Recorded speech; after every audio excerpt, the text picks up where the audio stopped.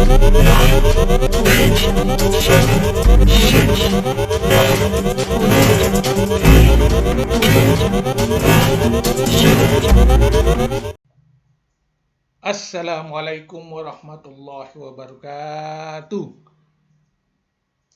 Alhamdulillahirabbil alamin. Kita panjatkan puji dan syukur kehadirat Allah Subhanahu wa taala dengan mengucapkan alhamdulillahirabbil alamin. Pada kesempatan kali ini saya melakukan perkuliahan perdana atau pertama terkait dengan mata kuliah kita penganggaran perusahaan. Penganggaran perusahaan sebagai mata kuliah yang akan kita bahas berikut ini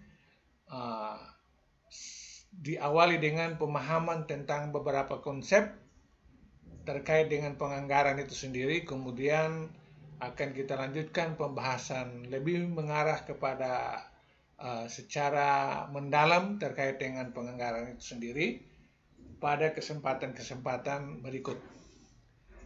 Ya, tak lupa salam salawat senantiasa kita haturkan ke besar Muhammad SAW dengan mengucapkan salawat. Oke, di sini ada nampak perencanaan dan penganggaran perusahaan. Penganggaran perusahaan biasa juga disebut dengan budget atau budgeting. Kemudian kita melihat pada halaman berikutnya, ya. Oke, kita mencoba untuk memposisikan aktivitas penganggaran atau proses penganggaran itu ke dalam fungsi manajemen. Ya, fungsi manajemen sebagaimana sudah kita ketahui, Anda pelajari pada menemukan pembahasannya terkait dengan fungsi manajemen itu pada pengantar manajemen, di mana di sana kita sudah tahu bahwa fungsi daripada manajemen itu ada fungsi perencanaan, kemudian fungsi pengorganisasian, kemudian pelaksanaan dan pengawasan. Oke. Barangkali penjelasan lebih mendalam terkait dengan 4 fungsi ini tidak pada posisi pada hari ini karena bukan kita bahas terkait itu. Namun yang perlu harus diperhatikan di sini adalah letak daripada kegiatan penganggaran itu dalam konteks fungsi manajemen itu ada pada posisi mana. Nah, di sini flow chart atau semacam bagan ini memberikan pemahaman bahwa kegiatan penganggaran itu merupakan bagian daripada perencanaan sebagai salah satu fungsi, bahkan fungsi utama daripada manajemen itu sendiri. Nah, di sini. Jadi dapat kita pahami bahwa penganggaran itu adalah bagian daripada perencanaan dalam sebuah organisasi. Di dalam sebuah organisasi, perencanaan itu bagian penting adalah kegiatan atau proses budgeting atau yang disebut dengan penganggaran itu. Nah, ini kita dapat mengerti sudah posisi penganggaran di dalam POAK atau planning, organizing, kemudian actuating dan controlling atau fungsi-fungsi manajemen itu. Oke, selanjutnya kita melihat. Oke, tadi saya katakan bahwa penganggaran itu merupakan bagian yang katakanlah include di dalam aktivitas perencanaan sebagai fungsi manajemen. Oke, oleh karena itu kita mencoba untuk mungkin sekilas kita mengerti dulu apa itu sebenarnya perencanaan, karena perencanaan itu sudah termasuk di dalamnya kata penganggaran tadi. Nah, secara umum perencanaan merupakan tindakan yang dibuat berdasarkan fakta dan asumsi mengenai gambaran kegiatan yang akan dilakukan di masa mendatang untuk mencapai tujuan yang diinginkan. Nah, di sini beberapa kata penting atau yang perlu harus kita tangkap, istilahnya kata tangkap yang sangat penting di sini, yaitu data waktu lalu. Di sini berdasarkan fakta dan asumsi. fakta dan asumsi itu berarti bicara tentang data yang telah terjadi pada periode-periode lalu. Nah, kemudian data-data itu dilakukan dalam rangka mengestimasi waktu yang akan datang. Nah, dengan menggunakan data itu untuk mengestimasi waktu yang akan datang, inilah bagian penting daripada yang disebut dengan perencanaan. Kemudian apa yang dilakukan itu yaitu menggunakan data untuk mengestimasi waktu yang akan datang dalam rangka apa? Ya dalam rangka untuk menentukan tujuan yang akan dicapai pada waktu yang akan datang itu. Nah, ini makna dibalik pengertian daripada perencanaan yang kita lihat. Kemudian perencanaan itu merupakan salah satu fungsi manajemen, ya sudah kita bahas tadi. Kemudian penganggaran merupakan salah satu dari proses perencanaan. Nah ini, jadi lebih menegaskan apa yang saya sampaikan tadi bahwa penganggaran itu tidak bisa dilepas-pisahkan daripada salah satu fungsi manajemen, yaitu bicara tentang perencanaan. Oke. Tujuan, nah di sini kata tujuan di sini terkait dengan perencanaan. Tujuan daripada membuat perencanaan itu adalah untuk memberikan arahan kepada manajer dalam pengambilan keputusan operasional sehari-hari.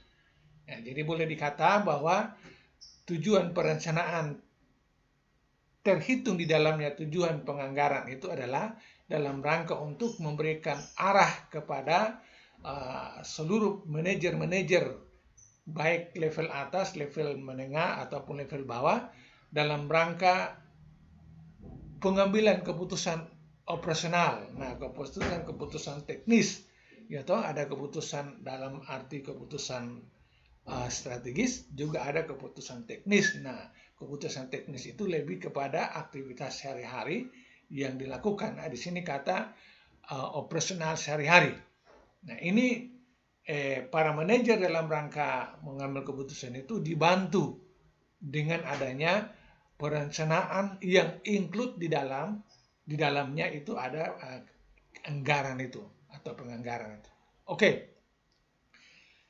Nah, saya mau katakan bahwa sebenarnya tadi saya katakan perencanaan itu bagian daripada penganggaran itu bagian daripada perencanaan. Itu otomatis memberikan pemahaman bahwa sesungguhnya bicara dengan perencanaan itu lebih luas daripada kata penganggaran itu. Artinya perencanaan itu bisa ada pada sektor penganggaran, perencanaan juga ada pada sektor non penganggaran. Nah di sini gambar yang ini lebih memberikan penjelasan yang sangat rinci terkait dengan fungsi perencanaan dalam sebuah organisasi itu sangat banyak. Ya toh, di antaranya itu di sini kita melihat misalnya bicara tentang fungsi manajemen ada perencanaan, pengorganisasian, pelaksanaan dan pengawasan. Kemudian sebagaimana tadi bahwa penganggaran itu ada pada posisi perencanaan, kemudian tentunya perencanaan yang dimaksudnya perencanaan yang terkait dengan perencanaan daripada sebuah organisasi. Nah, perencanaan daripada sebuah organisasi itu lebih lanjut ada organisasi yang direncanakan kegiatannya itu terkait dengan kegiatan-kegiatan untuk mencari laba, ada kegiatan-kegiatan yang ditentukan bukan dalam rangka untuk mencari laba. Nah, maka di sini kita mengenal organisasi itu ada organisasi non perusahaan atau non profit dengan tujuan nirlaba, kemudian organisasi dalam bentuk perusahaan dan seterusnya itu tujuannya adalah untuk mendapatkan laba. Dengan demikian maka anggaran atau penganggaran organisasi itu bisa ada dua macam terkait dengan bentuk organisasi itu sendiri. Kemudian kita melihat lebih jauh penganggaran ada garis panah di bawah ini dalam posisi perencanaan. Sangat banyak sekali saya katakan tadi kalau bicara tentang perencanaan maka banyak hal yang harus direncanakan termasuk di dalamnya kita bicara tentang anggaran. Ya toh? Nah, terkait dengan anggaran ataupun penganggaran ini nanti kita bicara lebih jauh ke dalam, tapi di sini yang perlu harus kita perhatikan dalam perencanaan sebuah organisasi, sebuah aktivitas oleh para manajer itu sebenarnya bukan hanya bicara tentang anggaran, banyak hal di dalamnya. Merencanakan misalnya tujuan, kemudian merencanakan tentang kebijakan, anggaran tentu, kemudian aturan, program, prosedur, metode, strategi, standar, jadwal, dan rencana-rencana lain. Ini merupakan komponen daripada yang dimaksudkan dengan perencanaan itu, di mana di dalamnya ada aktivitas penganggaran sebagai bagian daripada perencanaan itu sendiri. Oke, saya kira ini bisa dapat diulang-ulangi untuk dipahami. Kita maju. Oke. Nah, tadi kita baru melihat tentang pengertian atau hubungan antara penganggaran dengan fungsi manajemen yang lain. Kemudian ada pengertian sedikit terkait dengan perencanaan. Sekarang kita melihat lebih eksplisit terkait dengan penganggaran. Nah, penganggaran atau planning the budgeting. Nah, itu merupakan salah satu jenis perencanaan. Oke, sudah pahami tadi. Salah satu jenis perencanaan di antara sekian banyak perencanaan yang sudah kita lihat tadi adalah perencanaan di bidang penganggaran itu sendiri. Nah, penganggaran itu meliputi penganggaran di perusahaan yang didirikan dengan tujuan untuk mencari keuntungan. Ada juga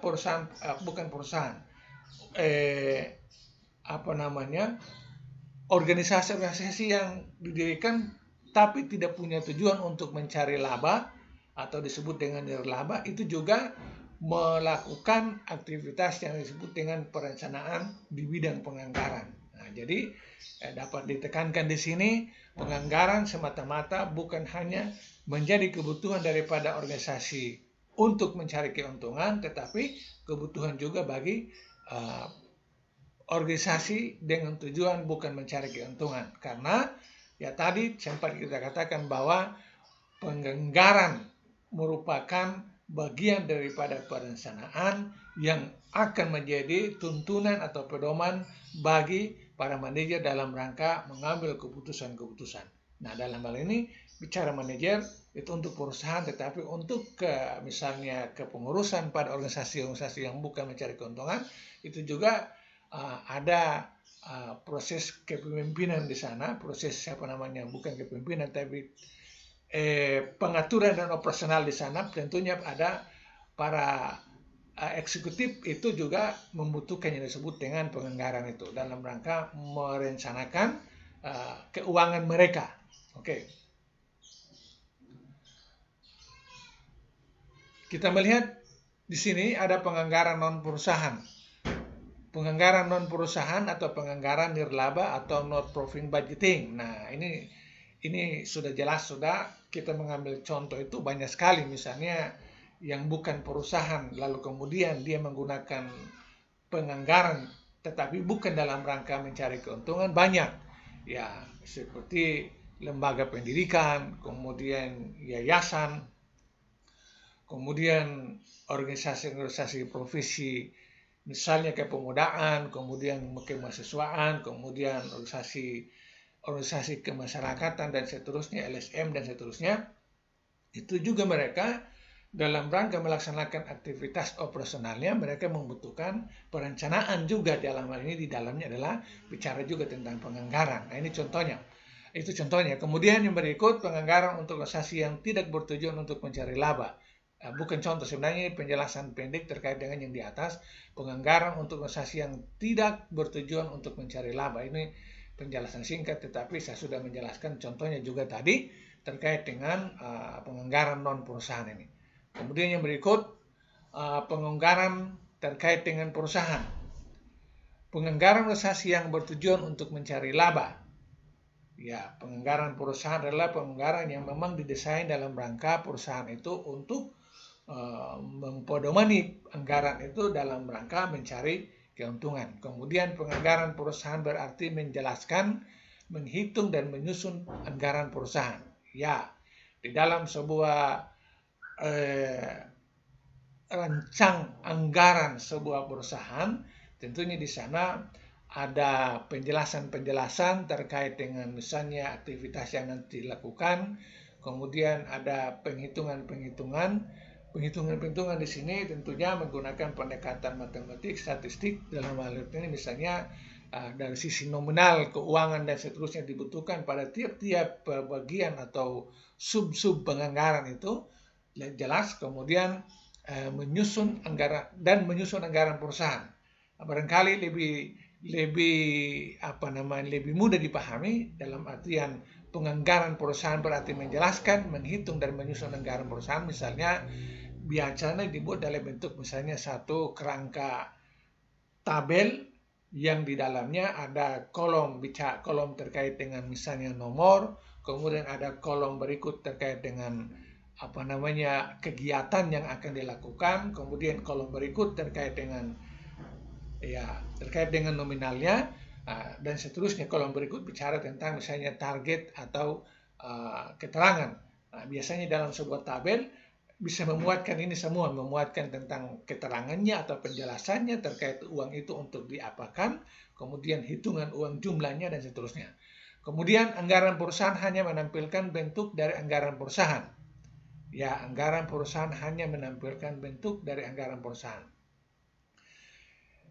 Ya, sebuah anggaran dalam perusahaan itu dia tidak menampilkan hal-hal lain, hanya menampilkan anggaran yang akan dikeluarkan pada satu periode, misalnya satu periode 1 tahun kah atau beberapa tahun, itu saja yang ditampilkan. Tidak boleh ada hal-hal lain yang dimasukkan ke situ. Karena kenapa?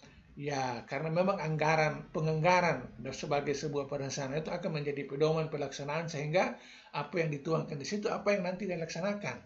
Jangan hal-hal yang tidak dilaksanakan lalu dituangkan di situ dalam keterangannya, ada angkanya, itu tidak bisa dimasukkan di situ. Nah, di sini pengertiannya begitu. Anggaran perusahaan hanya menampilkan bentuk daripada anggaran perusahaan. Oke. Di sini ada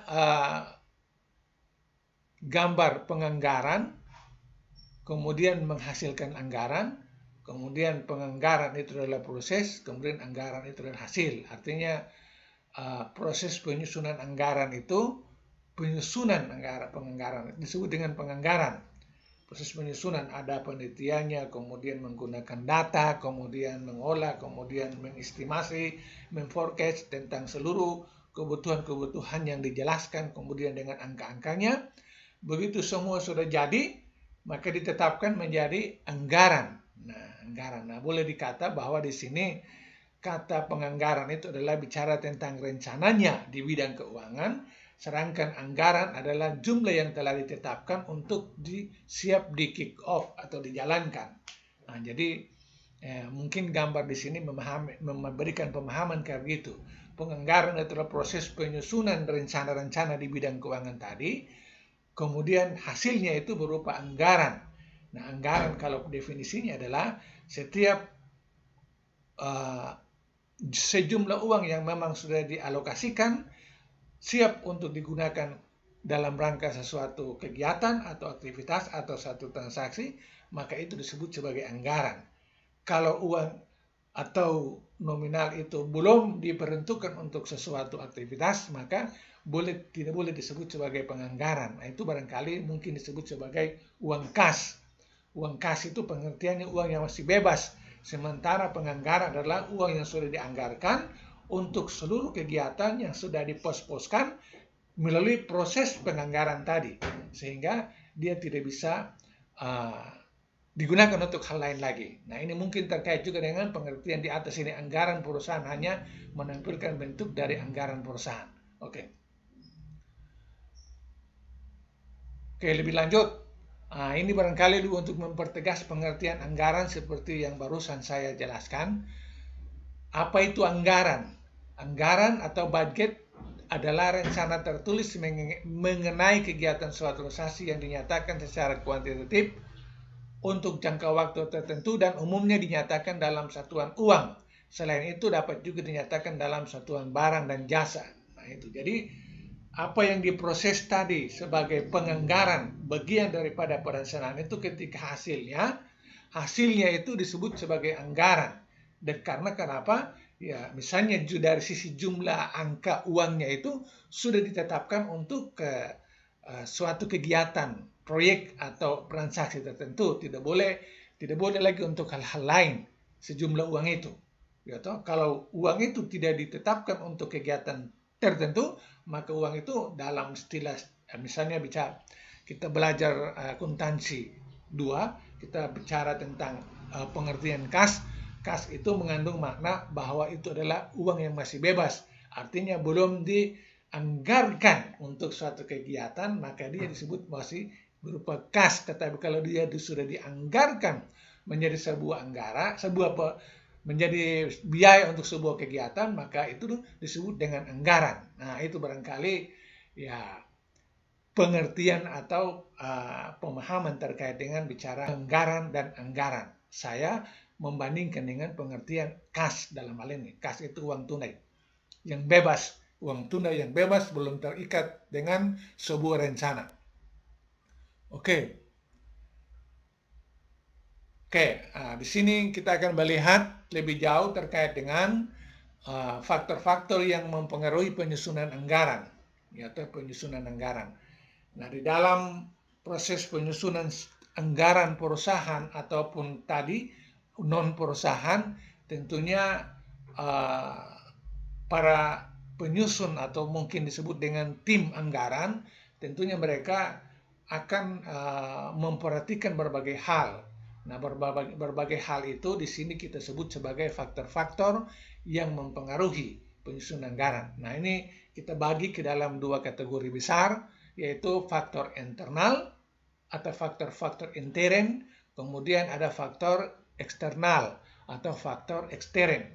Oke, kita barangkali lihat satu persatu terkait dengan faktor-faktor internal yang mempengaruhi proses penyusunan anggaran, baik untuk sebuah perusahaan ataupun organisasi yang bukan dalam rangka mencari keuntungan atau bisa disebut dengan nirlaba. Organisasi nirlaba dan juga untuk organisasi tanlaba. Ada istilah nirlaba dan tanlaba. Faktor pertama adalah faktor penjualan tahun-tahun yang lalu. Nah, ya toh, dalam penyusunan anggaran tidak bisa kita lepas daripada apa yang menjadi capaian di waktu yang akan lalu. Berbagai dokumen-dokumen terkait dengan misalnya penjualan hari-hari, penjualan bulanan, penjualan triwulan, penjualan bulanan, kemudian penjualan per area, penjualan per sales, penjualan per perusahaan A, B, dan seterusnya.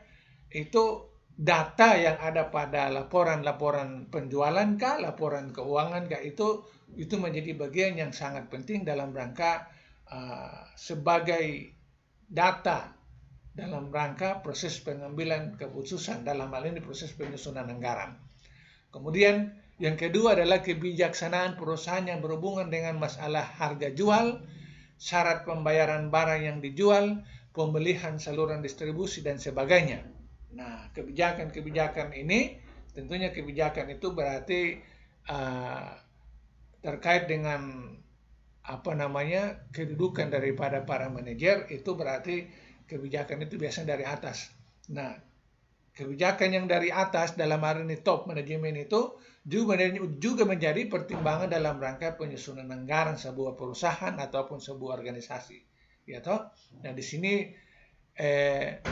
kebijakan perusahaan berhubungan dengan masalah harga jual. Nah, harga jual itu banyak hal yang mempengaruhinya. Harga jual daripada sebuah produk yang dilempar kepada atau diperjualbelikan dalam pasar itu tentunya banyak hal yang menentukan. Yaitu ada metode-metode penghitungan dan seterusnya, harga pokok, kemudian memperhatikan juga harga persaingan dan seterusnya. Kemudian yang berikut syarat pembayaran barang yang dijual. Nah, syarat pembayaran barang yang dijual itu menjadi sebuah kebijakan juga dari para manajer, terutama misalnya manajer pemasaran, itu menjadi pertimbangan dalam proses penyusunan anggaran, ya toh. Apalagi misalnya penjualan itu ada bisa penjualan kredit atau penjualan tunai. Kemudian penjualan kredit itu bagaimana syarat-syaratnya, ada metodenya itu, ada metode akuntansi penghitungannya, macam-macam. Ya, banyak hal akan terjadi terkait dengan bicara tentang kebijakan kebijakan syarat pembayaran barang yang dijual. Itu banyak hal yang terkait dengan itu, terutama kalau penjualan tunai ya tidak ada masalah, penjualan tunai, karena orang langsung, para konsumen kita langsung membeli barang, kita dapatkan uang cashnya dan mereka mengambil barangnya, transaksinya selesai. Tetapi kalau penjualan kredit, wah, banyak hal akan muncul di sana. Bisa saja bisa tercipta hutang, piutang tak tertagih, piutang terlambat tagih, dan seterusnya. Itu akan menyebabkan aktivitas perusahaan itu terganggu. Nah, ini juga menjadi pertimbangan dalam proses penyusunan anggaran. Kemudian pemilihan saluran distribusi dan sebagainya. Nah, kebijakan bidang pemasaran terkait dengan saluran distribusi barang-barang yang diperjualbelikan itu juga mempengaruhi proses penyusunan anggaran. Karena kenapa? Ya, misalnya rantai distribusinya itu bertahap-tahap, berlevel-level, tentunya akan timbul di situ nilai, apa istilahnya itu, ada istilah rantai pasok atau supply chain. Itu semakin panjang akan menghasilkan rantai nilai atau value chain. Nah, value chain atau rantai nilai itu bisa lahir akibat daripada supply chain, saluran barang atau distribusi barang dari titik ke pertama kemudian sampai kepada titik terakhir. Itu setiap perpindahannya itu akan melahirkan biaya-biaya. Nah, di situ ada pendekatan operasional, kita bicara supply chain tadi, ada pendekatan keuangan, kita bicara value chain-nya, nilai yang timbul dari satu titik kemudian diakumulasi menjadi harga pokok. Itu juga dipertimbangkan oleh para manajer dalam rangka misalnya penyusunan penganggaran. Oke, kemudian yang berikut adalah kapasitas produksi yang dimiliki perusahaan. Kapasitas produksi yang dimiliki perusahaan. Nah, tingkat produktivitas daripada sebuah perusahaan, tentunya ini banyak hal juga yang menentukan. Ya, misalnya bahan bakunya, kemudian peralatan yang digunakan dalam kegiatan produksi, kemudian skill dan seterusnya, dibantu dengan misalnya peralatan itu macam-macam lagi. Ada peralatan sarana prasarana, kemudian sarana dan prasarana. Sarana itu misalnya mesin-mesin dan seterusnya, prasarana misalnya gedung-gedung dan seterusnya. Itu semua diperhitungkan. Nah, kalau misalnya semuanya sudah dimiliki oleh perusahaan, tentunya proses penganggaran itu memperhitungkan juga. Kalau belum dimiliki, ya tentunya diperhitungkan juga untuk produksi. Dan itu biasanya akan ditentukan oleh estimasi penjualan yang akan datang. Misalnya rencana terakhir akan kita jual sekian juta unit, maka untuk memproduksi sekian juta unit itu harus memperhitungkan aktivitas kegiatan produksi dalam sebuah perusahaan itu, yang kemudian pada akhirnya tergambar atau digambarkan dengan kapasitas produksi yang dimiliki oleh perusahaan itu. Nah, ini penting untuk dimengerti oleh para panitia penganggaran, panitia penganggaran. Kemudian berikut tenaga kerja yang dimiliki perusahaan. Nah, itu tadi sebenarnya kita bicara kapasitas produksi itu terkait dengan juga adalah bicara tentang tenaga kerja yang dimiliki perusahaan. Nah, itu misalnya ambil contoh juga seperti tadi, kita rencana untuk memproduksi tahun depan sekian juta, maka memproduksi sekian juta itu ya fungsi produksinya diperhitungkan. Bahan bakunya, kemudian metodenya, kemudian tenaga kerjanya dan seterusnya. Kita lihat dari sisi fungsi produksinya itu harus benar-benar diperhitungkan. Nah, itu juga akan mempengaruhi perencanaannya nanti. Kemudian modal kerja perusahaan, Ya, ini hal yang memang ya tidak bisa dipisahkan, dan memang kita bicarakan penganggaran berarti ujung-ujungnya bicara tentang modal perusahaan itu sendiri, modal kerja. Ya toh, jadi di sini ada modal kerja dalam artian sejumlah uang tunai yang siap untuk kemudian digunakan dalam rangka membiayai aktivitas operasional yang akan datang. Nah, itu disebut dengan modal kerja, ya toh. Nah, beda dengan misalnya investasi. Nah, barangkali investasi kita bahas pada poin F-nya, yaitu fasilitas perusahaan. Nah, fasilitas perusahaan itu ya semua yang dibutuhkan selain daripada modal kerja tadi untuk kegiatan produksi dalam perusahaan itu. Nah, sebenarnya apa yang saya singgung dari awal tadi terkait dengan kapasitas produksi itu tercipta karena ini, fungsi-fungsi ini. Tenaga kerja, kemudian modal kerja, kemudian fasilitas perusahaan, itu harus menjadi satu kesatuan yang saling disignifikankan, dikerjakan, dikombinkan, dioperasionalkan, baru bisa melahirkan kapasitas produksi itu.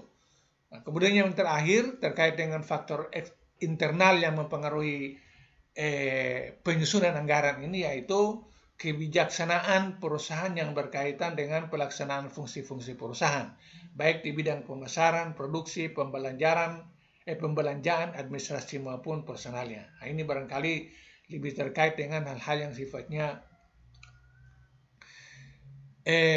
fungsional daripada para manajer dalam sebuah perusahaan itu secara umum. Di atas setiap perusahaan tentunya ada bagian-bagian perusahaan, dalam artian perusahaan misalnya yang bergerak di bidang misalnya bidang manufaktur atau produksi, itu tentunya ada bagian-bagian atau manajer-manajer. Nah, setiap manajer itu mereka memiliki kewenangan untuk membuat kebijakan-kebijakan secara umum untuk mereka berlakukan. Itu juga harus diperhitungkan oleh misalnya di sini tim penganggaran. Nah, tim penganggaran. Kebijaksanaan perusahaan yang berkaitan dengan pelaksanaan fungsi-fungsi perusahaan, baik di bidang pemasaran, produksi, pembelajaran, administrasi. Itu ini semua saya pikir sudah sangat lengkap. Nah, yang kita maksudkan sebagai faktor-faktor internal dalam rangka mempengaruhi proses penyusunan sebuah penganggaran. Oke. Selanjutnya kita melihat yang berikut adalah faktor-faktor ekstern. Nah, selain faktor internal yang harus menjadi bahan pertimbangan terkait dengan penganggaran tadi, penyusunan penganggaran, maka satu tim penganggaran atau panitia penganggaran itu juga tidak bisa mengabaikan faktor-faktor di luar daripada perusahaan, atau disebut dengan faktor eksternal. Nah, di sini yang pertama adalah keadaan persaingan. Nah, produk-produk yang diproduksikan itu sejenis dengan produk yang diproduksi juga oleh perusahaan-perusahaan yang lain. Mereka juga masuk di pasar dengan penawaran-penawaran yang mereka miliki, fitur-fitur, keunggulan-keunggulan daripada produk yang mereka produksikan. Tentunya produknya juga sama seperti misalnya perusahaan yang dimiliki oleh kita, katakanlah begitu, itu tentunya harus kita perhitungkan keadaan persaingan. Nah, banyak hal yang diperhitungkan di sana. Ya, atau kita pakai pendekatan tadi saya katakan pertama supply chain-nya. Nah, supply chain-nya bahan bakunya. Nah, bahan baku, supply chain dalam artian penyediaan bahan baku dari supplier bahan baku di alam, di desa-desa, di kampung-kampung dan seterusnya, yang kemudian diangkut sampai kepada perusahaan, itu kita perhitungkan dari sisi biaya-biayanya. Nah, ya toh, lalu kemudian masuk ke dalam aktivitas kegiatan produksi, bagaimana keunggulan-keunggulan yang kita miliki dengan mereka. Ya, para pesaing itu, kita memproduksi barang kita mungkin dari sisi bentuknya, varian produksinya, kemudian ukurannya, kualitasnya, dan seterusnya, itu perlu diperhitungkan. sampai kepada distribusi kepada para pelanggan melalui beberapa tahapan-tahapan. Itu diperhitungkan juga. Nah, ini jadi kata keadaan persaingan di sini meliputi itu. Nah, boleh dikata supply chain-nya itu yang harus benar-benar diperhatikan. Karena pada akhirnya supply chain itu akan menentukan value chain-nya atau nilai-nilai yang timbul daripada semua pergerakan barang, mulai dari bahan baku dari supplier sampai kepada menjadi barang jadi kemudian dibeli oleh para konsumen, itu tentunya menimbulkan nilai semua di sana. Nah, menimbulkan nilai. Oke, kemudian tingkat pertumbuhan penduduk. Nah, juga menjadi hal yang sangat penting terkait dengan faktor eksternal ini, yaitu tingkat pertumbuhan penduduk untuk menjadi bahan pertimbangan penyusunan anggaran. Ya toh? Nah, bicara tentang tingkat pertumbuhan penduduk, ya sebenarnya nomor atau option C, D, E ini masuk di dalam kajian bicara tentang pertumbuhan penduduk. Nah, pertumbuhan penduduk di sini bukan semata-mata dari sisi di sini ada penyebaran penduduknya, tetapi pertumbuhan penduduk dari sisi pendidikan, dari sisi penghasilan dan seterusnya. Ya toh? Nah, kalau penghasilan meningkat tentunya akan mempengaruhi daya belanjanya. Pendidikan meningkat tentunya menentukan pola atau istilah lifestyle-nya. Kemudian penyebaran juga akan menentukan banyak hal, penyebaran penduduk ini. Ya, penyebaran penduduk itu akan menyebabkan tadi yang saya katakan kembali, bagaimana saluran produksi, saluran distribusinya itu untuk menjangkau ke penduduk-penduduk yang menyebar di berbagai area dan wilayah pemasaran yang berbeda-beda, itu juga dipertimbangkan. Kemudian faktor lain adalah agama, adat istiadat dan kebiasaan-kebiasaan masyarakat. Nah, sangat penting terkait dengan membuat perencanaan tadi, dipertimbangkan faktor agama. Biasanya produk-produk yang memang perlu harus mendapatkan pengakuan dari sisi misalnya agama, misalnya mendapatkan izin daftar halal daripada atau merek atau pengakuan daripada lembaga keagamaan MUI katakanlah, itu sangat penting. Nah, kemudian adat istiadat dan kebiasaan-kebiasaan masyarakat. Nah, budaya, adat istiadat dan kebiasaan masyarakat, barangkali kita singkat budaya, itu juga sangat mempengaruhi terhadap misalnya lifestyle, gaya kehidupan masyarakat itu mempengaruhi apa yang mereka butuhkan. Nah, sehingga penawaran barang ataupun jasa kepada mereka itu harus menyesuaikan dengan kebudayaan tersebut. Ya toh, misalnya dari sisi pakaian, kemudian makanan, minuman, kemudian fasilitas macam-macam yang diperjualbelikan, tentunya tidak sembarangan, harus kita menyesuaikan dengan keadaan eksternal, dalam hal ini adalah agama dan budaya. Kemudian berbagai kebijaksanaan pemerintah baik di bidang politik, ekonomi, sosial dan budaya maupun keamanan. Ya, ini secara makro kebijakan-kebijakan pemerintah, ya toh. Kemudian keadaan-keadaan politik, kemudian keadaan ekonomi, kemudian keadaan sosial, barangkali terkait dengan adat budaya tadi juga, ya budaya dan kemampuan keamanan dan seterusnya. Itu hal-hal yang memang acap kali mempengaruhi keberlangsungan daripada sebuah usaha, sebuah bisnis, sebuah perusahaan, sehingga benar-benar menjadi bahan pertimbangan bagi para katakanlah panitia penganggaran itu sendiri. Kemudian yang terakhir terkait dengan faktor eksternal ini adalah keadaan perekonomian nasional maupun internasional, kemudian kemajuan teknologi dan sebagainya. Nah, keadaan perekonomian nasional, ya toh, keadaan perekonomian nasional itu mungkin dapat diukur dengan tingkat pendapatan per kapita, kemudian GDP dan seterusnya yang ada dalam sebuah negara itu diperhitungkan, ya toh. Kemudian yang internasional, kemudian teknologi dan sebagainya. Teknologi juga dapat mempengaruhi proses perencanaan penganggaran, sangat mempengaruhi teknologi. Oke, itu adalah penjelasan terkait dengan pertemuan pertama bicara penganggaran ini atau budgeting atau perencanaan di bidang keuangan ini, kita bicara tadi kita melihat yang pertama sekali tadi kita melihat kedudukan atau hubungan penganggaran dalam fungsi manajemen, lebih tepat pada perencanaannya.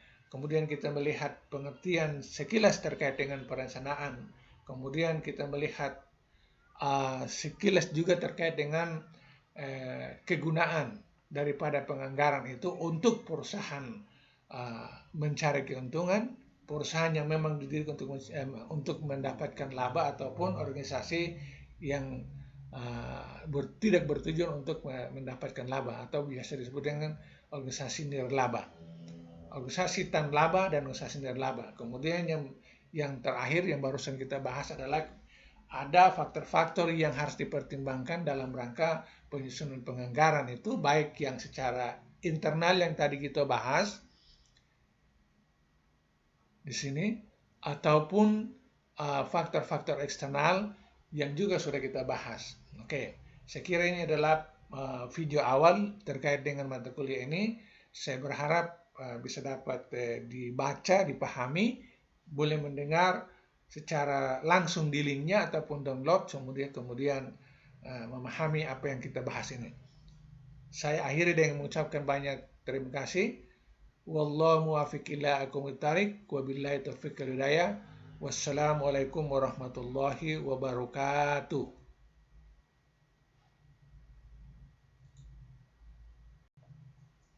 Assalamualaikum warahmatullahi wabarakatuh. Alhamdulillahirabbil alamin. Kita panjatkan puji dan syukur kepada Allah Subhanahu wa taala dengan mengucapkan alhamdulillahirabbil alamin. Pada kesempatan kali ini saya melakukan perkuliahan perdana atau pertama terkait dengan mata kuliah kita penganggaran perusahaan. Penganggaran perusahaan sebagai mata kuliah yang akan kita bahas berikut ini diawali dengan pemahaman tentang beberapa konsep terkait dengan penganggaran itu sendiri. Kemudian akan kita lanjutkan pembahasan lebih mengarah kepada secara mendalam terkait dengan penganggaran itu sendiri pada kesempatan-kesempatan berikut. Ya, tak lupa salam salawat senantiasa kita haturkan ke besar Muhammad SAW dengan mengucapkan salawat. Oke, di sini ada nampak perencanaan dan penganggaran perusahaan. Penganggaran perusahaan biasa juga disebut dengan budget atau budgeting. Kemudian kita melihat pada halaman berikutnya, ya. Oke, kita mencoba untuk memposisikan aktivitas penganggaran atau proses penganggaran itu ke dalam fungsi manajemen. Ya, fungsi manajemen sebagaimana sudah kita ketahui, Anda pelajari pada menemukan pembahasannya terkait dengan fungsi manajemen itu pada pengantar manajemen, di mana di sana kita sudah tahu bahwa fungsi daripada manajemen itu ada fungsi perencanaan, kemudian fungsi pengorganisasian, kemudian pelaksanaan dan pengawasan. Oke. Barangkali penjelasan lebih mendalam terkait dengan 4 fungsi ini tidak pada posisi pada hari ini karena bukan kita bahas terkait itu. Namun yang perlu harus diperhatikan di sini adalah letak daripada kegiatan penganggaran itu dalam konteks fungsi manajemen itu ada pada posisi mana. Nah, di sini flow chart atau semacam bagan ini memberikan pemahaman bahwa kegiatan penganggaran itu merupakan bagian daripada perencanaan sebagai salah satu fungsi, bahkan fungsi utama daripada manajemen itu sendiri. Nah, di sini. Jadi dapat kita pahami bahwa penganggaran itu adalah bagian daripada perencanaan dalam sebuah organisasi. di dalam sebuah organisasi perencanaan itu bagian penting adalah kegiatan atau proses budgeting atau yang disebut dengan penganggaran itu. Nah ini kita dapat mengerti sudah posisi penganggaran di dalam POAK atau planning, organizing, kemudian actuating dan controlling atau fungsi-fungsi manajemen itu. Oke, selanjutnya kita melihat.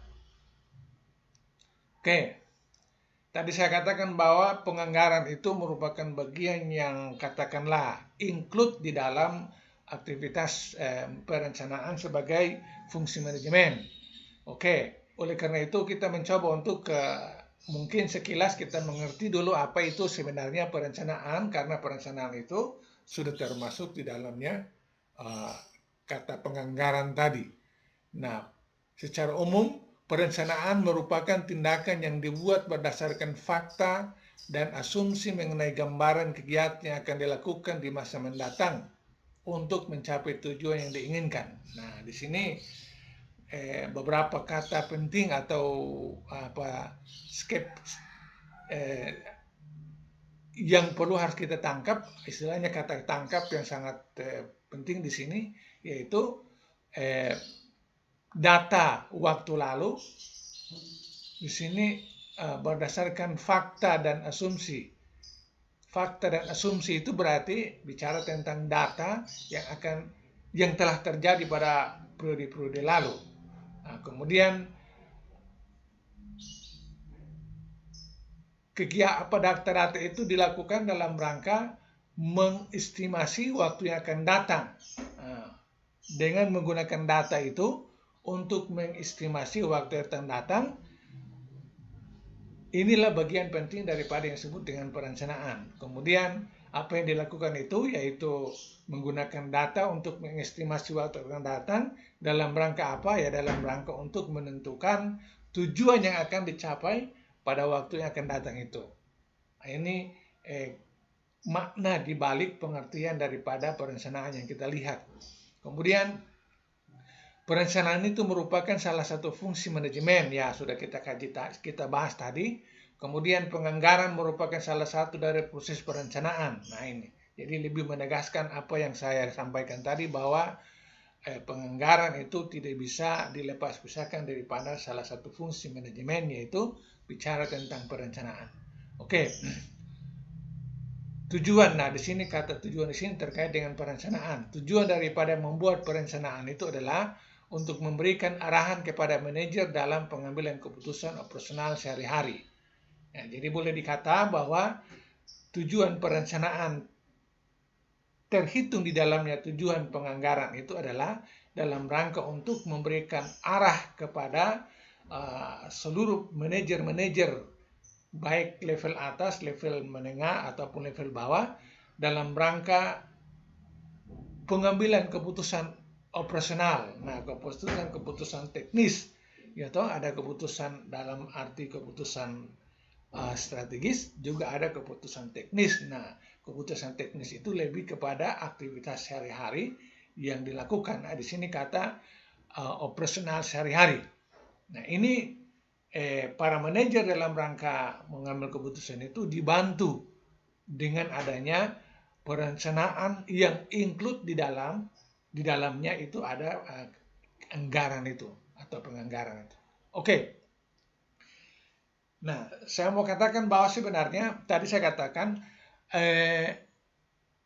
perencanaan itu bagian daripada penganggaran itu bagian daripada perencanaan. Itu otomatis memberikan pemahaman bahwa sesungguhnya bicara dengan perencanaan itu lebih luas daripada kata penganggaran itu. Artinya perencanaan itu bisa ada pada sektor penganggaran, perencanaan juga ada pada sektor non penganggaran. Nah di sini gambar yang ini lebih memberikan penjelasan yang sangat rinci terkait dengan fungsi perencanaan dalam sebuah organisasi itu sangat banyak. Ya toh, di antaranya itu di sini kita melihat misalnya bicara tentang fungsi manajemen, ada perencanaan, pengorganisasian, pelaksanaan dan pengawasan. Kemudian sebagaimana tadi bahwa penganggaran itu ada pada posisi perencanaan, Kemudian tentunya perencanaan yang dimaksudnya perencanaannya terkait dengan perencanaan daripada sebuah organisasi. Nah, perencanaan daripada sebuah organisasi itu lebih lanjut, ada organisasi yang direncanakan kegiatannya itu terkait dengan kegiatan-kegiatan untuk mencari laba, ada kegiatan-kegiatan yang ditentukan bukan dalam rangka untuk mencari laba. Nah, maka di sini kita mengenal organisasi itu ada organisasi non perusahaan atau non profit dengan tujuan nirlaba, kemudian organisasi dalam bentuk perusahaan dan seterusnya itu tujuannya adalah untuk mendapatkan laba. Dengan demikian maka anggaran atau penganggaran organisasi itu bisa ada dua macam terkait dengan bentuk organisasi itu sendiri. Kemudian kita melihat lebih jauh penganggaran, ada garis panah di bawah, ini dalam posisi perencanaan. Sangat banyak sekali saya katakan tadi kalau bicara tentang perencanaan maka banyak hal yang harus direncanakan, termasuk di dalamnya kita bicara tentang anggaran, ya toh. Nah, terkait dengan anggaran ataupun penganggaran ini nanti kita bicara lebih jauh ke dalam, tapi di sini yang perlu harus kita perhatikan dalam perencanaan sebuah organisasi, sebuah aktivitas oleh para manajer itu sebenarnya bukan hanya bicara tentang anggaran, banyak hal di dalamnya. Merencanakan misalnya tujuan, kemudian merencanakan tentang kebijakan, anggaran tentu, kemudian aturan, program, prosedur, metode, strategi, standar, jadwal, dan rencana-rencana lain. Ini merupakan komponen daripada yang dimaksudkan dengan perencanaan itu, di mana di dalamnya ada aktivitas penganggaran sebagai bagian daripada perencanaan itu sendiri. Oke, saya kira ini bisa dapat diulang-ulangi untuk dipahami. Kita maju. Oke. Nah, tadi kita baru melihat tentang pengertian atau hubungan antara penganggaran dengan fungsi manajemen yang lain. Kemudian ada pengertian sedikit terkait dengan perencanaan. Sekarang kita melihat lebih eksplisit terkait dengan penganggaran. Nah, penganggaran atau planning the budgeting. Nah, itu merupakan salah satu jenis perencanaan. Oke, sudah pahami tadi. Salah satu jenis perencanaan di antara sekian banyak perencanaan yang sudah kita lihat tadi adalah perencanaan di bidang penganggaran itu sendiri. Nah, penganggaran itu meliputi penganggaran di perusahaan yang didirikan dengan tujuan untuk mencari keuntungan. Ada juga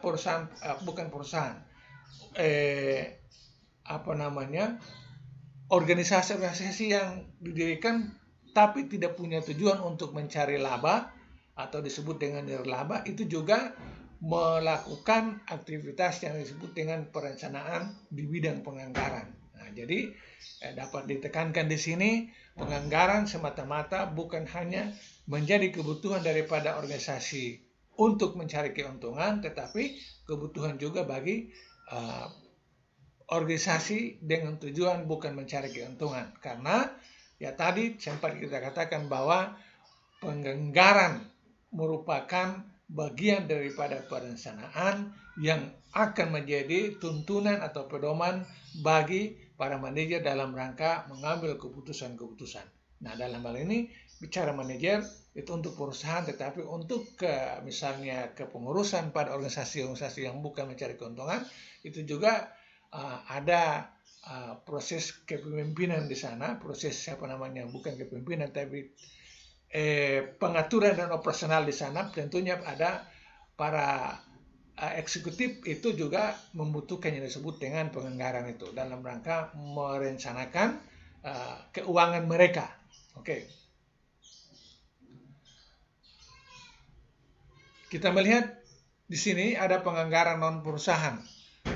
Penganggaran non perusahaan atau penganggaran nirlaba atau not profit budgeting. Nah, ini sudah jelas, kita mengambil contoh itu banyak sekali, misalnya yang bukan perusahaan lalu kemudian dia menggunakan penganggaran tetapi bukan dalam rangka mencari keuntungan, banyak.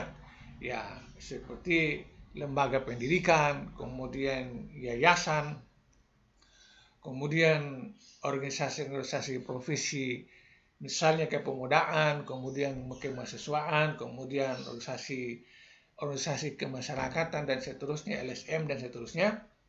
Itu juga mereka dalam rangka melaksanakan aktivitas operasionalnya, mereka membutuhkan perencanaan juga. Dalam hal ini di dalamnya adalah bicara juga tentang penganggaran. Nah, ini contohnya. Itu contohnya. Kemudian yang berikut, penganggaran untuk organisasi yang tidak bertujuan untuk mencari laba. Bukan contoh, sebenarnya penjelasan pendek terkait dengan yang di atas. Penganggaran untuk organisasi yang tidak bertujuan untuk mencari laba. Ini penjelasan singkat, tetapi saya sudah menjelaskan contohnya juga tadi terkait dengan penganggaran non perusahaan ini. Kemudian yang berikut, penganggaran terkait dengan perusahaan. Penganggaran organisasi yang bertujuan untuk mencari laba.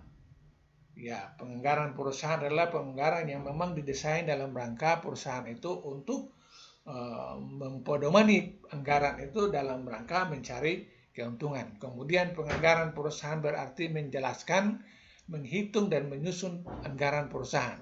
Ya, di dalam sebuah rancang anggaran sebuah perusahaan, tentunya di sana ada penjelasan-penjelasan terkait dengan misalnya aktivitas yang nanti dilakukan, kemudian ada penghitungan di sini tentunya menggunakan pendekatan matematik, statistik. Dalam hal ini misalnya dari sisi nominal, keuangan dan seterusnya dibutuhkan pada tiap-tiap bagian atau sub-sub penganggaran itu jelas. Kemudian menyusun anggaran perusahaan. Barangkali lebih mudah dipahami dalam artian penganggaran perusahaan berarti menjelaskan, menghitung dan menyusun anggaran perusahaan. Misalnya biasanya dibuat dalam bentuk misalnya satu kerangka tabel yang di dalamnya ada kolom terkait dengan misalnya nomor, kemudian ada kolom berikut terkait dengan kegiatan yang akan dilakukan, kemudian kolom berikut terkait dengan nominalnya, dan seterusnya. Kolom berikut bicara tentang misalnya target atau keterangan. Biasanya dalam sebuah tabel bisa memuatkan ini semua, memuatkan tentang keterangannya atau penjelasannya terkait uang itu untuk diapakan, kemudian hitungan uang jumlahnya dan seterusnya. Kemudian anggaran perusahaan hanya menampilkan bentuk dari anggaran perusahaan. Ya, anggaran perusahaan hanya menampilkan bentuk dari anggaran perusahaan. Ya, sebuah anggaran dalam perusahaan itu dia tidak menampilkan hal-hal lain, hanya menampilkan anggaran yang akan dikeluarkan pada satu periode, misalnya satu periode 1 tahun kah atau beberapa tahun, itu saja yang ditampilkan. Tidak boleh ada hal-hal lain yang dimasukkan ke situ. Karena kenapa? Ya, karena memang penganggaran sebagai sebuah perencanaan itu akan menjadi pedoman pelaksanaan, sehingga apa yang dituangkan di situ apa yang nanti dilaksanakan. Jangan hal-hal yang tidak dilaksanakan lalu dituangkan di situ dalam keterangannya, ada angkanya, itu tidak bisa dimasukkan di situ. Nah, di sini pengertiannya begitu. Anggaran perusahaan hanya menampilkan bentuk daripada anggaran perusahaan. Oke. Di sini ada gambar penganggaran, kemudian menghasilkan anggaran, kemudian penganggaran itu adalah proses, kemudian anggaran itu adalah hasil. Artinya proses penyusunan anggaran itu, penganggaran disebut dengan penganggaran.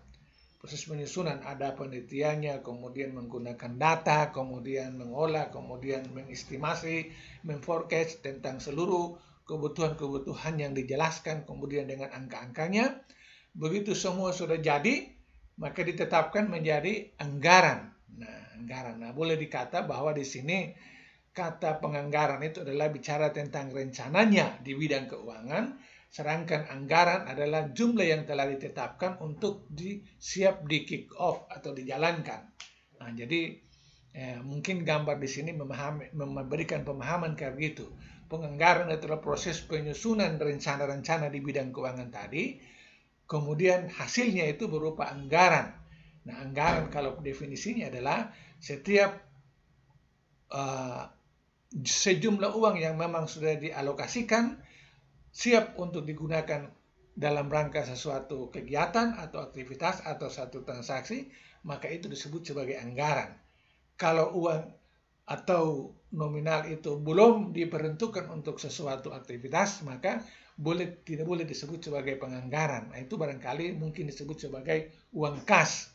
Uang kas itu pengertiannya uang yang masih bebas, sementara penganggaran adalah uang yang sudah dianggarkan untuk seluruh kegiatan yang sudah dipos-poskan melalui proses penganggaran tadi, sehingga dia tidak bisa digunakan untuk hal lain lagi. Nah, ini mungkin terkait juga dengan pengertian di atas ini. Anggaran perusahaan hanya menampilkan bentuk dari anggaran perusahaan.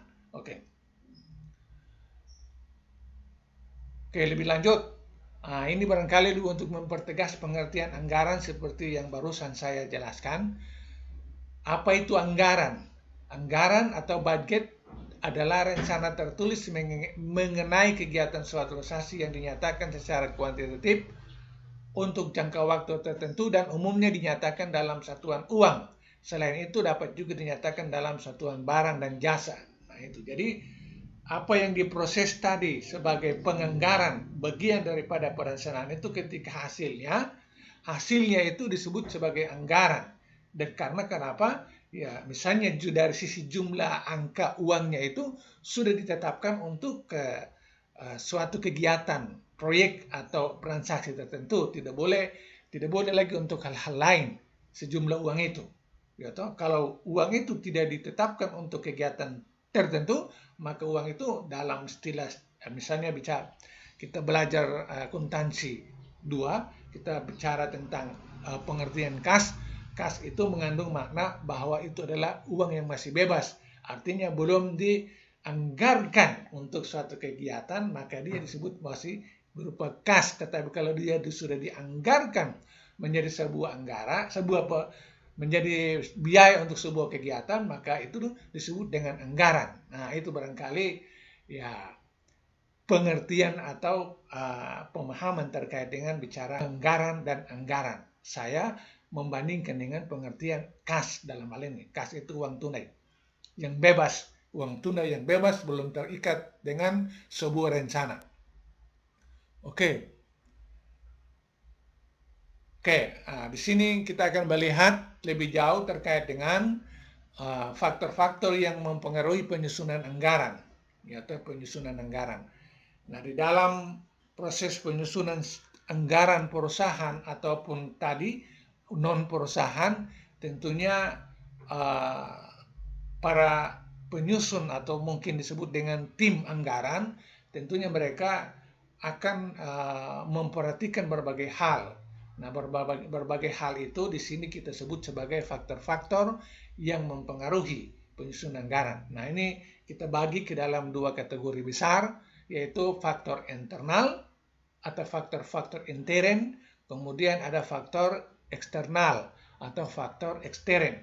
Oke, kita barangkali lihat satu persatu terkait dengan faktor-faktor internal yang mempengaruhi proses penyusunan anggaran, baik untuk sebuah perusahaan ataupun organisasi yang bukan dalam rangka mencari keuntungan atau bisa disebut dengan nirlaba.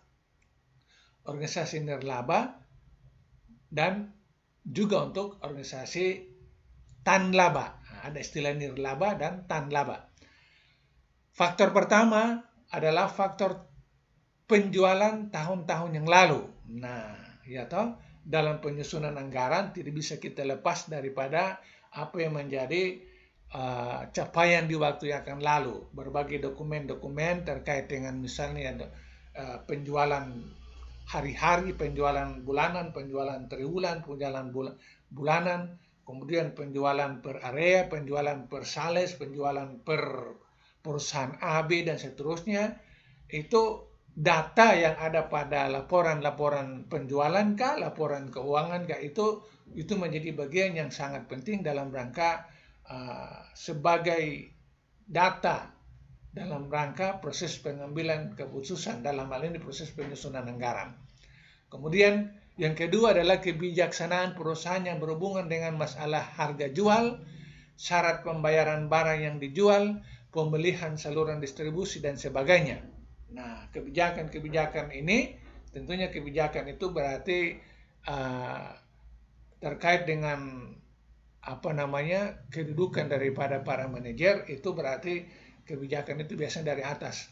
Nah, kebijakan yang dari atas dalam hal ini top manajemen itu juga menjadi pertimbangan dalam rangka penyusunan anggaran sebuah perusahaan ataupun sebuah organisasi, ya toh. Nah, di sini kebijakan perusahaan berhubungan dengan masalah harga jual. Nah, harga jual itu banyak hal yang mempengaruhinya. Harga jual daripada sebuah produk yang dilempar kepada atau diperjualbelikan dalam pasar itu tentunya banyak hal yang menentukan. Yaitu ada metode-metode penghitungan dan seterusnya, harga pokok, kemudian memperhatikan juga harga persaingan dan seterusnya. Kemudian yang berikut syarat pembayaran barang yang dijual. Nah, syarat pembayaran barang yang dijual itu menjadi sebuah kebijakan juga dari para manajer, terutama misalnya manajer pemasaran, itu menjadi pertimbangan dalam proses penyusunan anggaran, ya toh. Apalagi misalnya penjualan itu ada bisa penjualan kredit atau penjualan tunai. Kemudian penjualan kredit itu bagaimana syarat-syaratnya, ada metodenya, itu ada metode akuntansi penghitungannya, macam-macam. Ya, banyak hal akan terjadi terkait dengan bicara tentang kebijakan syarat pembayaran barang yang dijual. Itu banyak hal yang terkait dengan itu, terutama kalau penjualan tunai ya tidak ada masalah, penjualan tunai, karena orang langsung, para konsumen kita langsung membeli barang, kita dapatkan uang cashnya dan mereka mengambil barangnya, transaksinya selesai. Tetapi kalau penjualan kredit, wah, banyak hal akan muncul di sana. Bisa saja bisa tercipta piutang tak tertagih, piutang terlambat tagih dan seterusnya. Itu akan menyebabkan aktivitas perusahaan itu terganggu. Nah, ini juga menjadi pertimbangan dalam proses penyusunan anggaran. Kemudian pemilihan saluran distribusi dan sebagainya. Nah, kebijakan bidang pemasaran terkait dengan saluran distribusi barang-barang yang diperjualbelikan itu juga mempengaruhi proses penyusunan anggaran. Karena kenapa? Ya, misalnya rantai distribusinya itu bertahap-tahap, berlevel-level, tentunya akan timbul di situ nilai. Apa istilahnya itu, ada istilah rantai pasok atau supply chain. Itu semakin panjang akan menghasilkan rantai nilai atau value chain. Nah, value chain atau rantai nilai itu bisa lahir akibat daripada supply chain, saluran barang atau distribusi barang dari titik ke pertama kemudian sampai kepada titik terakhir. Itu setiap perpindahannya itu akan melahirkan biaya-biaya. Nah, di situ ada pendekatan operasional, kita bicara supply chain tadi, ada pendekatan keuangan, kita bicara value chain-nya, nilai yang timbul dari satu titik kemudian diakumulasi menjadi harga pokok. Itu juga dipertimbangkan oleh para manajer dalam rangka misalnya penyusunan penganggaran. Oke, kemudian yang berikut adalah kapasitas produksi yang dimiliki perusahaan. Kapasitas produksi yang dimiliki perusahaan. Nah, tingkat produktivitas daripada sebuah perusahaan, tentunya ini banyak hal juga yang menentukan. Ya toh, misalnya bahan bakunya, kemudian peralatan yang digunakan dalam kegiatan produksi, kemudian skill dan seterusnya, dibantu dengan misalnya peralatan itu macam-macam lagi. Ada peralatan sarana prasarana, kemudian sarana dan prasarana. Sarana itu misalnya mesin-mesin dan seterusnya, prasarana misalnya gedung-gedung dan seterusnya, itu semua diperhitungkan. Nah, kalau misalnya semuanya sudah dimiliki oleh perusahaan, tentunya proses penganggaran itu memperhitungkan juga kalau belum dimiliki, ya tentunya diperhitungkan juga untuk produksinya. Dan itu biasanya akan ditentukan oleh estimasi penjualan yang akan datang. Misalnya rencana terakhir akan kita jual sekian juta unit, maka untuk memproduksi sekian juta unit itu harus memperhitungkan aktivitas kegiatan produksi dalam sebuah perusahaan itu, yang kemudian pada akhirnya tergambar atau digambarkan dengan kapasitas produksi yang dimiliki oleh perusahaan itu. Nah, ini penting untuk dimengerti oleh para panitia penganggaran, panitia penganggaran. Kemudian yang berikut tenaga kerja yang dimiliki perusahaan. Nah, itu tadi sebenarnya kita bicara kapasitas produksi itu terkait dengan juga adalah bicara tentang tenaga kerja yang dimiliki perusahaan. Nah, itu misalnya ambil contoh juga seperti tadi, kita rencana untuk memproduksi tahun depan sekian juta, maka memproduksi sekian juta itu ya fungsi produksinya diperhitungkan. Bahan bakunya, kemudian metodenya, kemudian tenaga kerjanya, dan seterusnya. Kita lihat dari sisi fungsi produksinya itu harus benar-benar diperhitungkan. Nah, itu juga akan mempengaruhi perencanaannya nanti. Kemudian model kerja perusahaan. Ya, ini hal yang memang ya tidak bisa dipisahkan, dan memang kita bicarakan penganggaran berarti ujung-ujungnya bicara tentang model perusahaan itu sendiri, model kerja. Jadi di sini ada model kerja dalam artian sejumlah uang tunai yang siap untuk kemudian digunakan dalam rangka membiayai aktivitas operasional yang akan datang. Nah, itu disebut dengan modal kerja, beda dengan misalnya investasi. Nah, barangkali investasi kita bahas pada poin F-nya, yaitu fasilitas perusahaan.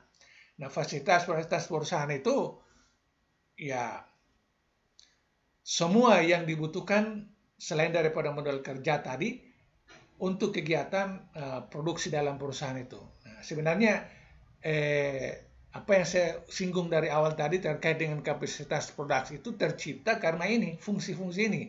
Tenaga kerja, kemudian modal kerja, kemudian fasilitas perusahaan, itu harus menjadi satu kesatuan yang saling disignifikankan, dikerjakan, dikombinkan, dioperasionalkan, baru bisa melahirkan kapasitas produksi itu.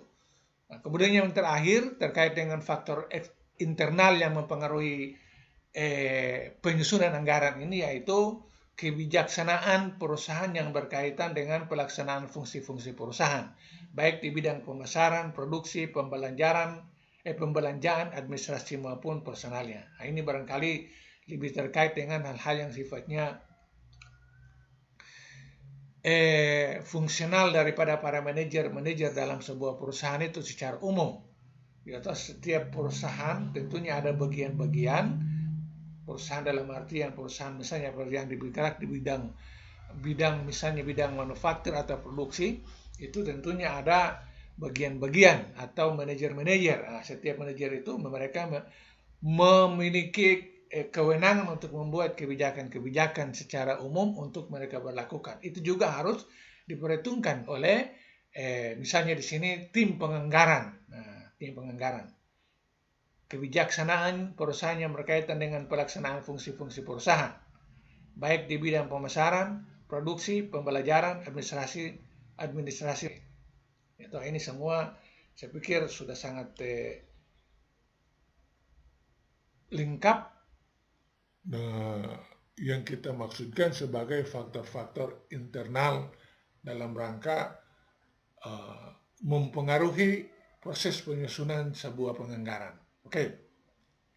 Selanjutnya kita melihat yang berikut adalah faktor-faktor ekstern. Nah, selain faktor internal yang harus menjadi bahan pertimbangan terkait dengan penganggaran tadi, penyusunan penganggaran, maka satu tim penganggaran atau panitia penganggaran itu juga tidak bisa mengabaikan faktor-faktor di luar daripada perusahaan, atau disebut dengan faktor eksternal.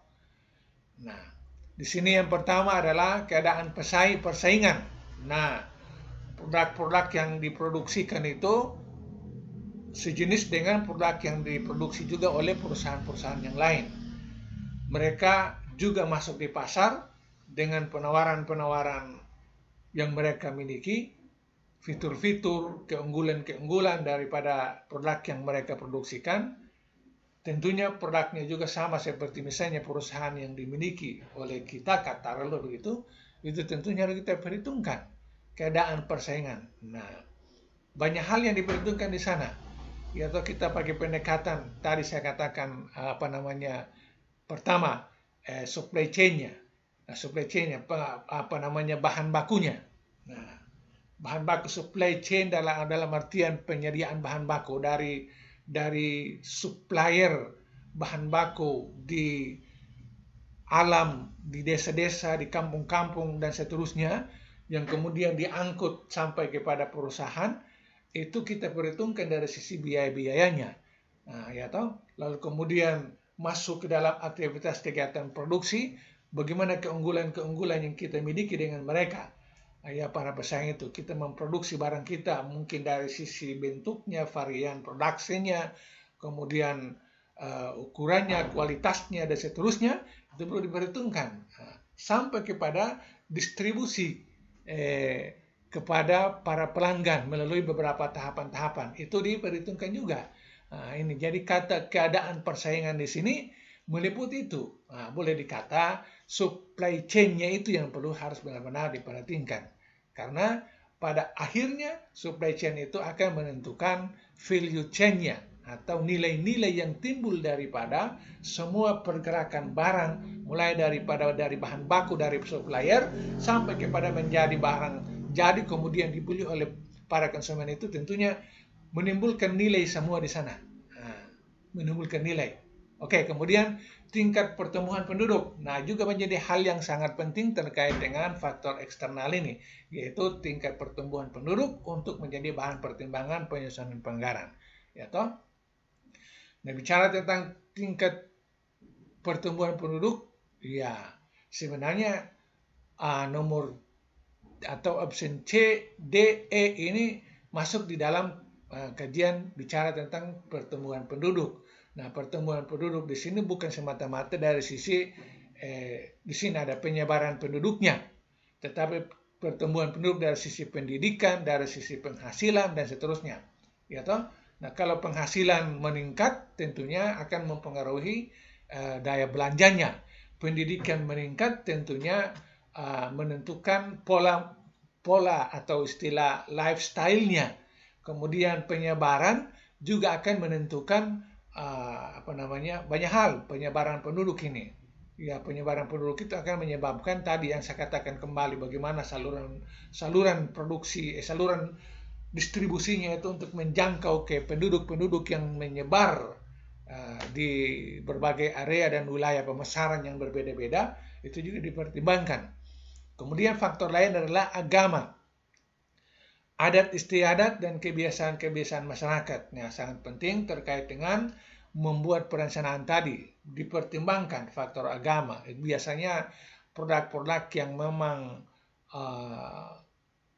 perlu harus mendapatkan pengakuan dari sisi misalnya agama, misalnya mendapatkan izin daftar halal daripada atau merek atau pengakuan daripada lembaga keagamaan MUI katakanlah, itu sangat penting.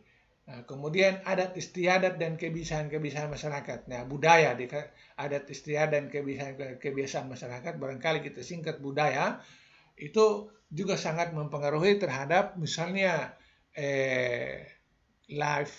lifestyle, gaya kehidupan masyarakat itu mempengaruhi apa yang mereka butuhkan. Nah, sehingga penawaran-penawaran barang ataupun jasa kepada mereka itu harus menyesuaikan dengan kebudayaan tersebut. Ya toh, misalnya dari sisi pakaian, kemudian makanan, minuman, kemudian fasilitas macam-macam yang diperjualbelikan, tentunya tidak sembarangan, harus kita menyesuaikan dengan keadaan eksternal, dalam hal ini adalah agama dan budaya. Kemudian berbagai kebijaksanaan pemerintah baik di bidang politik, ekonomi, sosial, dan budaya maupun keamanan. Ya, ini secara makro kebijakan-kebijakan pemerintah, ya toh. Kemudian keadaan-keadaan politik, kemudian keadaan ekonomi, kemudian keadaan sosial, barangkali terkait dengan adat budaya tadi juga, ya budaya dan kemampuan keamanan dan seterusnya. Itu hal-hal yang memang acap kali mempengaruhi keberlangsungan daripada sebuah usaha, sebuah bisnis, sebuah perusahaan, sehingga benar-benar menjadi bahan pertimbangan bagi para katakanlah panitia penganggaran itu sendiri.